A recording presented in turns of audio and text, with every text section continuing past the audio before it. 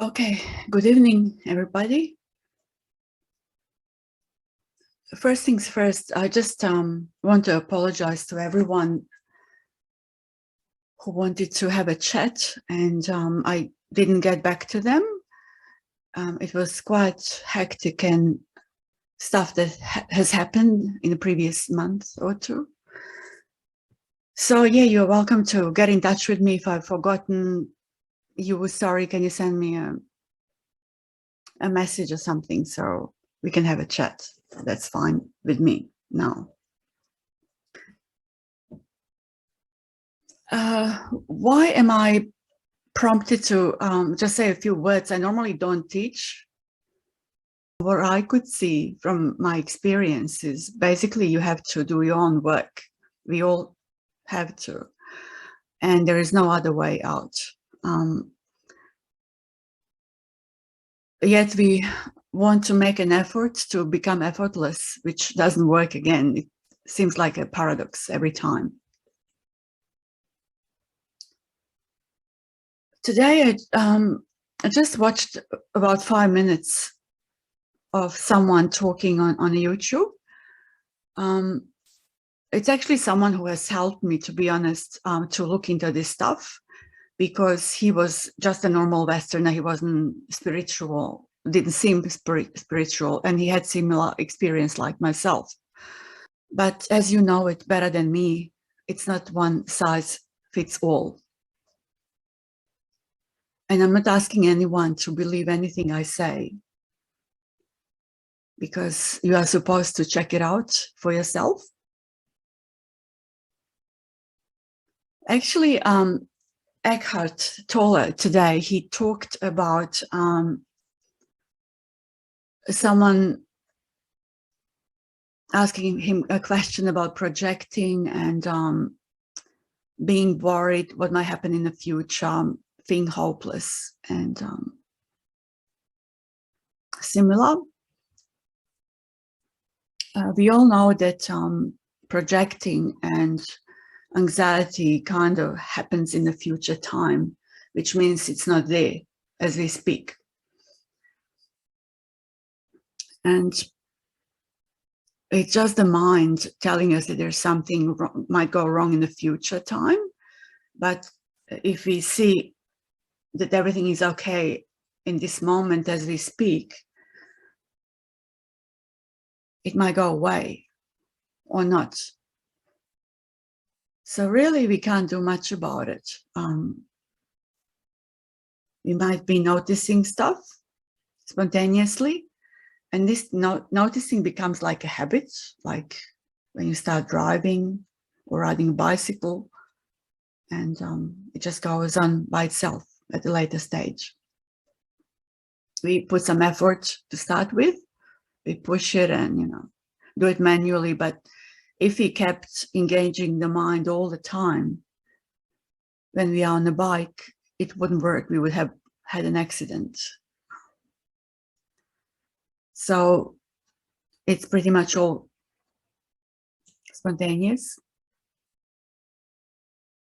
If I say common sense, it's probably not the right term to say it, but it probably is a bit.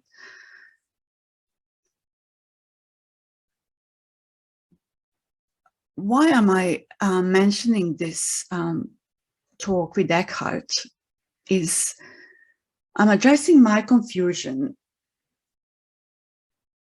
back when I was reading his book, The Power of Now, or listening to a couple of other teachers. Someone else listened to them. I actually didn't listen to anyone, to be honest.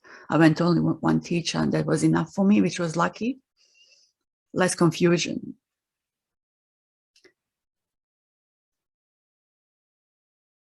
I was wondering how it was for the teacher who was speaking. That was my confusion. And I presume it's yours as well, seeing the posts, especially on Facebook or social media. I see that 99% of people at least are very confused when it comes to this message. Why are they confused? Because they still believe that these teachers have something they don't, and that their lives are easier for them, and that their teachers never have like thoughts disturbing them, or that they might not project any longer, you know.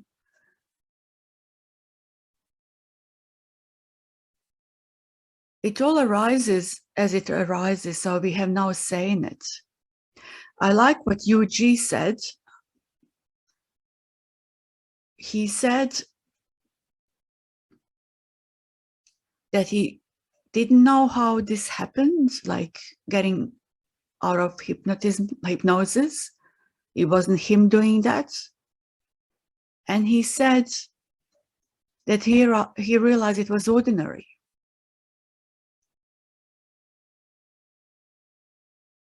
Well, I can tell you the same. Maybe you are all different, but I see it as ordinary. Livingness, beingness. Joy, enjoyment when it arises, sadness when it arises. And we are with it, whatever comes. Because now the difference is here.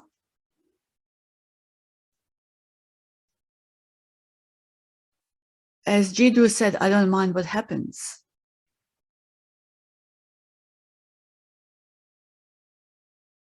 Thoughts arise, feelings arise, then emotions arise. It's just like ice, water, and steam. It's the same thing, but in different with different concept, different label. But what's the difference now? It all arises for no one. Because I just go back to that Ramanan's "Who am I?" question. I really would change that question in "What am I?" Because who am I can be confusing. Because persons tend to go back and in that identification, taking it personally, wanting to know what happens to you personally, what's your past, what's your history, which is totally useless. History is useless. Past is useless. It's gone. You can't bring it back. It's gone, right? So past is depression. Future is anticipation and anxiety. And this is where I thought Sabine was most of the time. Always anticipating that something could go wrong.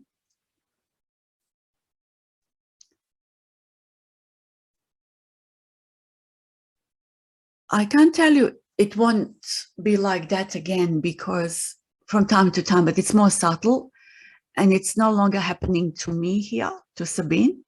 It just arises for no one. I know it sounds a bit weird, but there's no better way for me to say it. For an instance, you are getting older.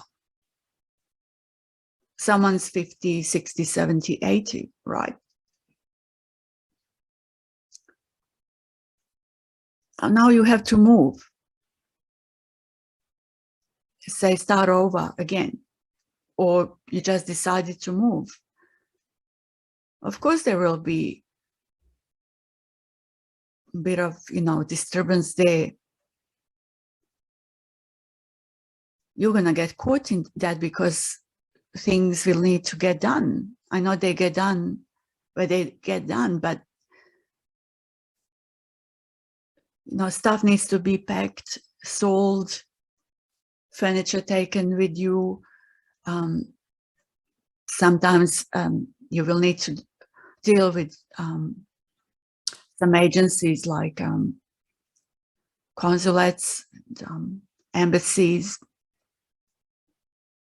And it can be quite difficult to obtain stuff or to get a job or to start off your own business. You know, it's not different for Eckhart or someone else, or Nisargadatta versus some person who works in an office. You'll have to do some due diligence and stuff has to be done. What is easier, maybe, you know,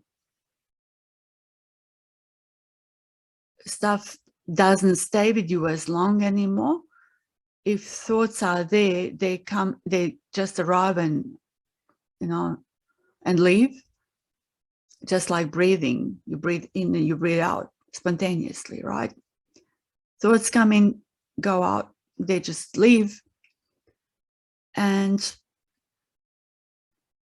it's okay.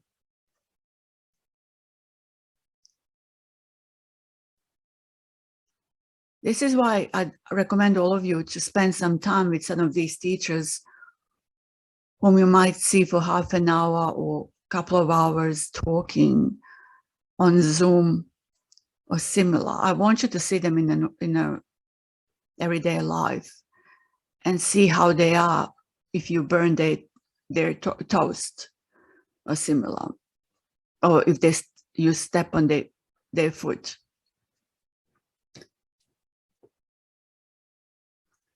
Again, I'm saying this because my confusion was there. I thought these people were untouchable. Regardless how many times I was told that messenger isn't any different to you, I still believed that these people were more special. And it can happen where people have seen through this disillusion, but they still believe that their teacher is much more special than them. And they go about sending everyone to see their teacher and fighting with everyone who believes that any other teacher is better than their teacher. It's just a nonsense. This is why I highly appreciate people who have left so-called non-dual scene. I can recall John Wheeler, for an instance, but there were a few who literally left the scene, seeing the banality of all of that hanging in spiritual circles, and people arguing and trying to make a debate out of this. Maharaj said more than once that that is not for debate, and you can't discuss that which you are. At the same time, another paradox, some teachers go into that prior to birth or after. And that also confuses seekers, because it's not when the beliefs drop off and that hypnotism, that all of a sudden it's just peace and quiet and stillness and the silence, because this body is there, right? As we speak, we couldn't speak or listen if this body wasn't here. Meaning, body needs to be warm. If it gets cold a lot, it will get sick. So we have to look after it, right? If you torture it too much, something will happen, it will give up on you, right? So you have to have that respect towards your body.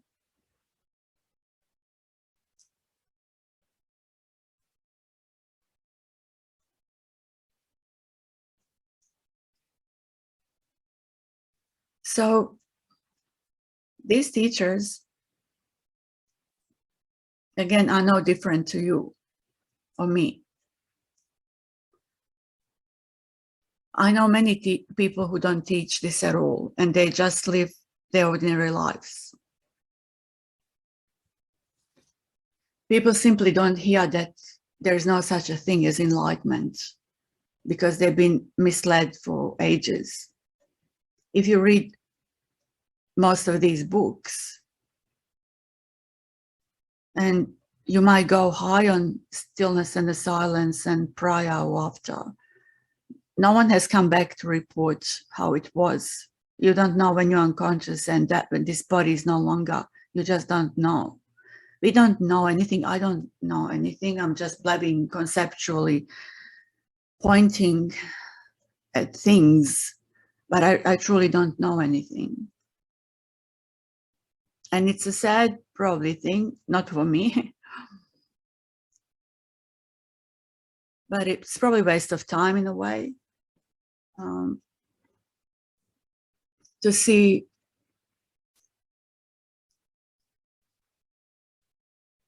that there is so much talking about this and so much confusion. And now seekers become addicted to seeking, not only to seeking, but to numerous teachers, to all of them, right? And plus bonus addiction, social media. You have Instagram, you have Twitter, you have Zoom, you have meetings, everyone's inviting to their meetings. Facebook is the worst possible, source of misinformation. And all these people seem to love talking, advertising themselves and collecting the followers.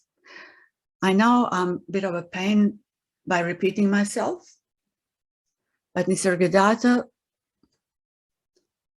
was the only one about who didn't not only invite seekers, but he asked them to leave. You have so much knowledge coming out of your ears. It's messing up my flow.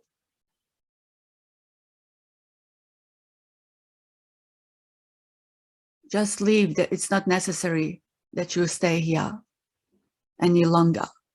You heard it more than once. And you know what this is about. Give room to other people. This is what Nisargadatta said to David Gottman. Like, have you heard anyone else saying that? No, in contrary, they get your email address, they send you invitations, send you bulk mail.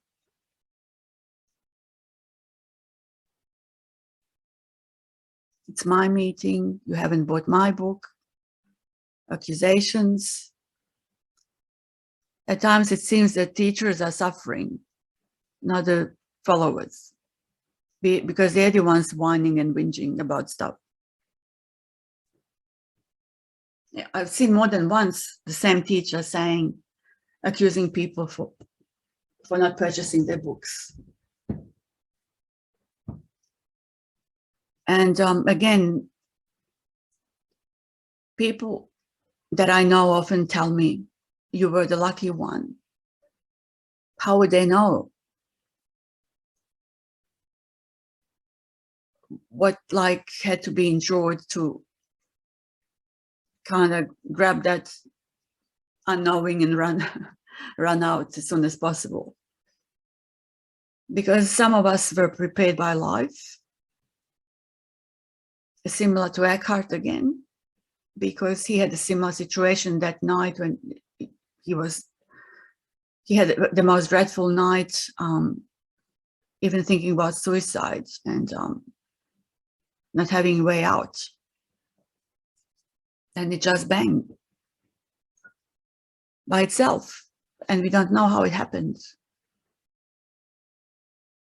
So when burning desire arised here for the suffering to stop, it was like,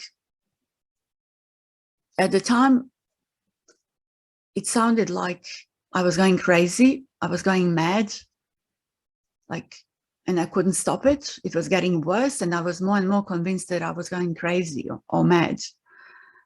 And this is where I'm grateful, because I think if it lasted a bit longer, probably I'd go that path. And I've seen many, many people in the spiritual world. I see it kind of, I don't hang with these people much, but I had few instances where I was together with them, and I see lots of madness there. And I'm not being sarcastic now. These are people that were truly damaged. Like, I don't know their past, you know, what they went through, whether they had significant events, whether their loved ones died, or simply they were seeking too much, just wanting it too much and went crazy. And some of them are so crazy. I see, actually, I saw the interview, someone posted to me their interviews. I couldn't watch it. I don't watch interviews and stuff. They were interviewed in certain popular spiritual circles. And these were people who were just used to just come on my website or on my Facebook thread and keep posting. By the morning here in Australia, they would have like 200 posts of these. Had to keep deleting it and had to block them in the end. And they changed the name and came under different names, started doing the same thing. There's lots of madness. So be careful. Be careful. It's for you. I'm telling you, because, you know, as I would like it for myself to be told the same, just watch out. And truly, again, most people have stopped seeking the moment they stopped listening to this, going to the meetings. They just started living their lives with their families, or, you know, going to work. And it just bang, it just, they snapped out of it. And again, to start with, it seems, wow, you know, you're going high, you're really grateful. I can understand why they're praising teachers so much, because you really go high on that message. But as it settles, you're good. It's just ordinary, and people go, oh, where is all that energy? But it's just temporary craziness. If it's gone, it means it was just experience. And you don't tell your story to other people just because you don't want them to copy that story. It's not prescription how it works, because it's all very different for everyone. You can just walk and, you know, might see, oh, gee, I'm not, what am I imagining myself to be?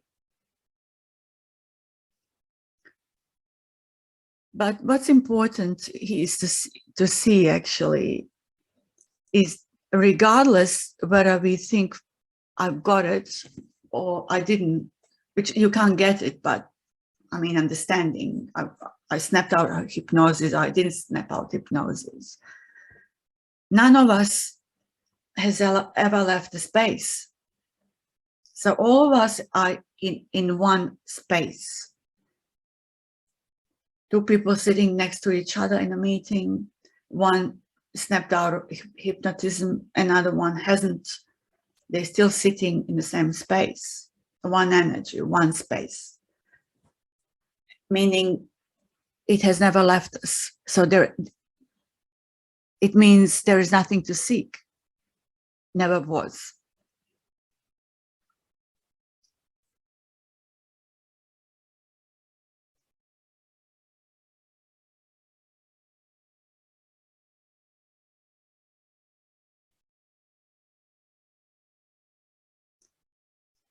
We can call it that kind of energy that is there.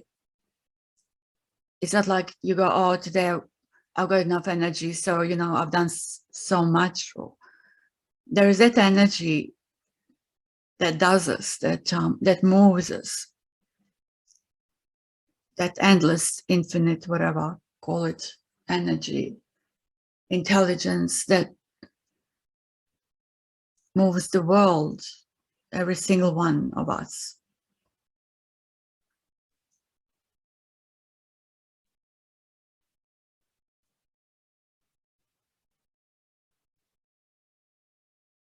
if we operated on that energy only, that would be spontaneous, very spontaneous, the way animals operate.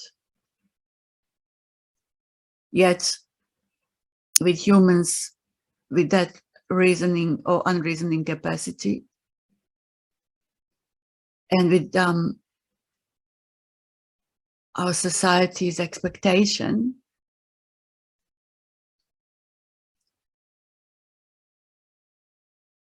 all of a sudden we believe we have to do something. I have to do this by then. I haven't done that properly, so I have to fulfill these expectations. And all of a sudden that open, endless energy seems congested as me, person who has to do something to prove themselves, to have the best marks, to get rich, to have the most likes on Instagram, to have most followers, to have more followers than someone else, to prove themselves constantly. And therefore they suffer. I have to become a billionaire so I can afford so many trips for my family, so I can afford $2,000 or $3,000 like a handbag for my wife, $5,000 dress, Botox, dermal fillers for my children also, and a daughter who starts growing up and she needs now Botox and dermal fillers. Someone has to earn that money for this consumer world, which is like a bag, a bottomless bag or shopping basket. But let me tell you this, it's easy to check it out, to see if it's end up seeking there or if happiness starts there. You have these billionaires, right? Like Bill Gates was his name. You can see Murdoch. You can see Putin, the latest one. Well, has it made that guy happy, right? He's got all the massive boats and yachts and houses and Botox face and everything, all the women. He wants power. And it's not enough for him. He wants to make people miserable because he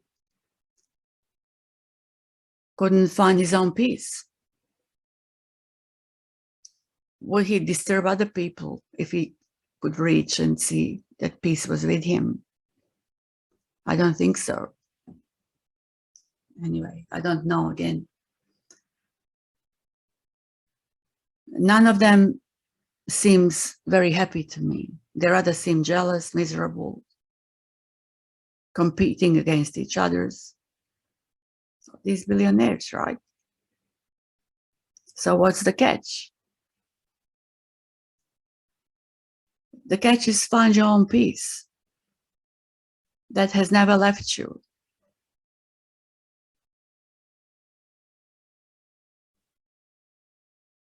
You might be waving amongst the other waves on top of the ocean, but you have never left the ocean. Every drop returns into the ocean. And every wave is part of the ocean. Still and silent. Never left. It's same like that fish swimming in the ocean looking for water. It's like us people being in the space and looking for space, being one space, trying to fix something that is in perfect spots. Everything is in this place, right? We can get involved. We do get involved, and we comment because we have to communicate. But in the end, the one who hasn't been hypnotized any longer by believing they're identified or person, mask, for them, everything arises in a story and everything happens in a story, but it's no longer happens to them. Thoughts don't happen to me. Feelings don't happen to me. Emotions don't happen to me. Your body, yes, kind of responds in a certain way. Tears arise, laughter arises, whatever arises. But people are trying to escape. Some people try to get out of this space and get into something that is called emptiness or prior somewhere, believing it is going to be their safe haven. There is no escape from this, from what is. There is no escape from life. We haven't decided to come into this world, and we won't decide when to leave this world. So it's just the puppets on the strings of energy, if you like, life essence, that runs the show. Yeah, we have to go through certain things and adopt to our societies. Can't do that, can't say that. And to be honest, it's hard not to be honest and to be politically correct when hypnosis is no longer there. Because words come out, you have no control over them. I'm not saying like many spiritual or non-duality persons who love talking about this. I've heard them, they're reciting things, but they don't know, they haven't tasted it for themselves, but they talk about the honey. I've heard them saying things like, oh, yeah, I've done this, I've bad stuff, I've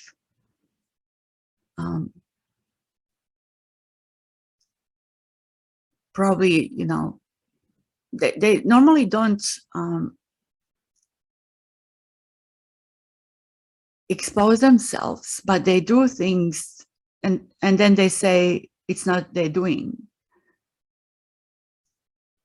What I'm trying to say is you don't gonna go around and trick people or steal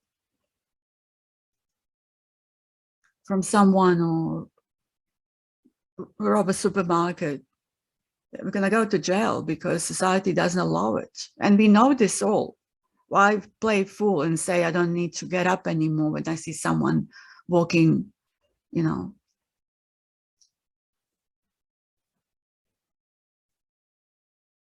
inside a train and all of a sudden you don't offer them a seat because you're very important, you're spiritual. It doesn't work that way. So I like it when Robert Salzman says it. He says, there is no escape from this.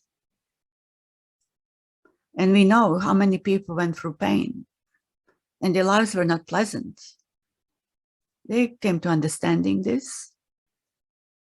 Charlie Hayes, he was just praying to die. He asked for everyone to pray for him to die. I was really sad for him that he was struggling so much. Sometimes I would just walk to work and tears would roll down. I couldn't help him.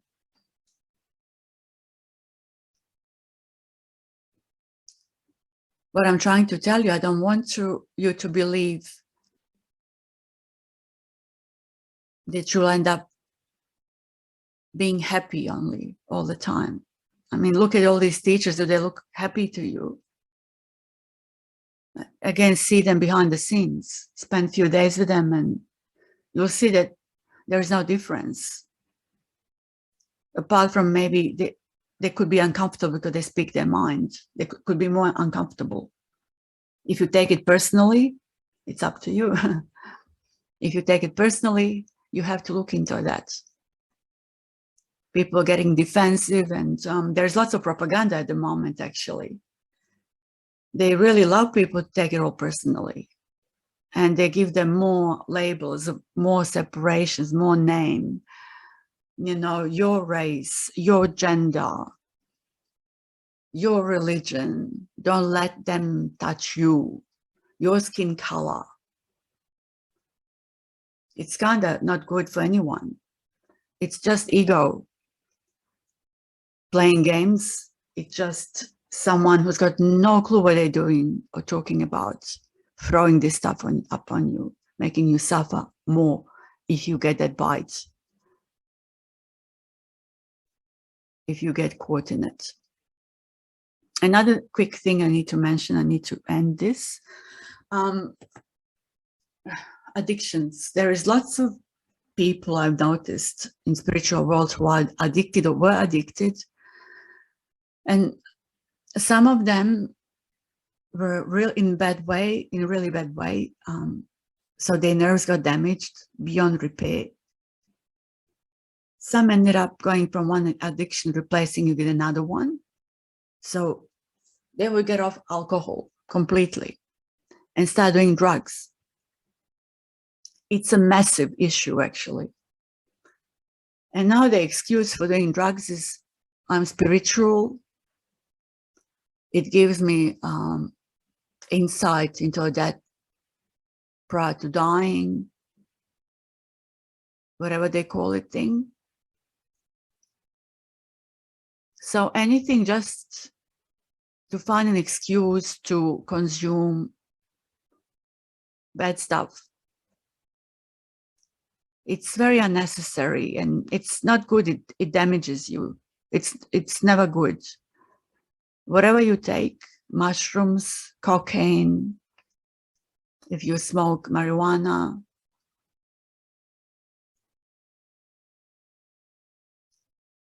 it should stop. It's just, you're just fooling yourself. You replace one addiction with another one, you're still an addict.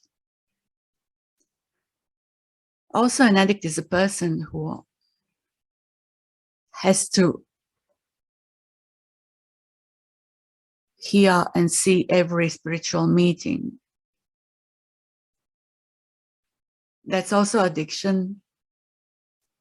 And you need time to heal from that, especially if you join spiritual community. It can be very damaging, whether you came out of hypnotism or not. Because this is just to get through that hypnotism and just live your life to your best.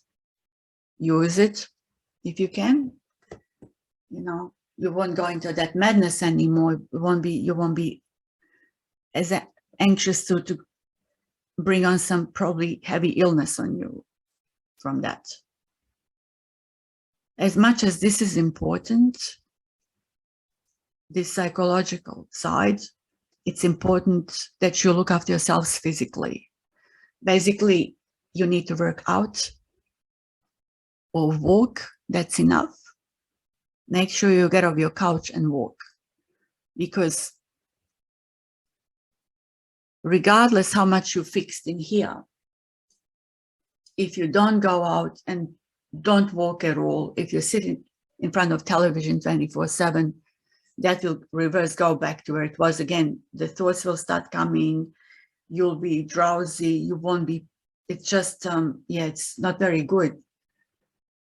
It won't be kind of present with the thoughts. You're going to be involved with the thoughts, and emotions and feelings will drag you down. It's a nasty stuff. So it's very important to work out.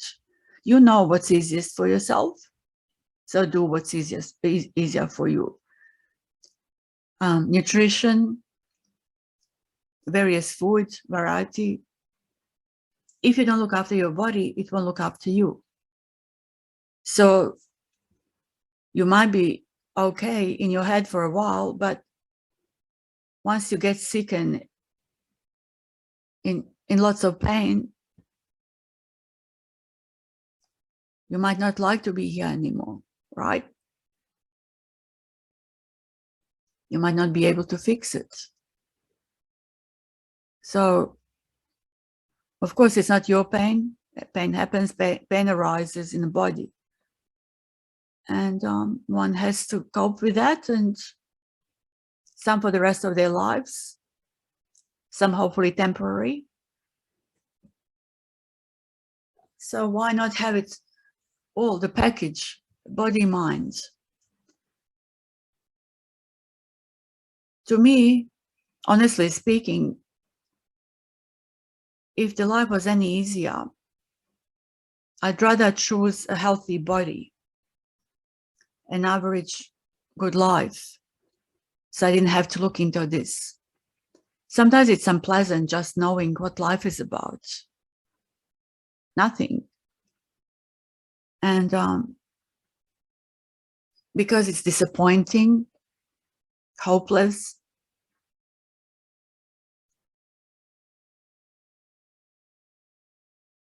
yeah. And that youth energy of youth, or when we were kids, that is, you know, if you could stay there, that would be the best. That would be a true enlightenment, because with this you might become like a child more. And most people take life seriously, and that's the problem. As much as you can remember, don't take everything seriously. No, it's gonna pass. We come across obstacles very often, especially if you need to do anything important in your life, life-changing, because a story happens, story will be here while we are in this body. If you take it lightly and childlike, it's gonna be easier for you. But if we beat ourselves up with that or resist it, we break. Resisting is a problem, and relating is a problem. Relating with people especially is a problem. We have to relate with the family, we have to relate with people at work, with our doctor. Yeah, so often things don't work the way they should. And we shouldn't really beat ourselves up with that. Meaning, take it easy. Be kind on yourself. Look after yourself first, not in a narcissistic way, but look after your body, mind idea, so you can look after your family or your loved ones.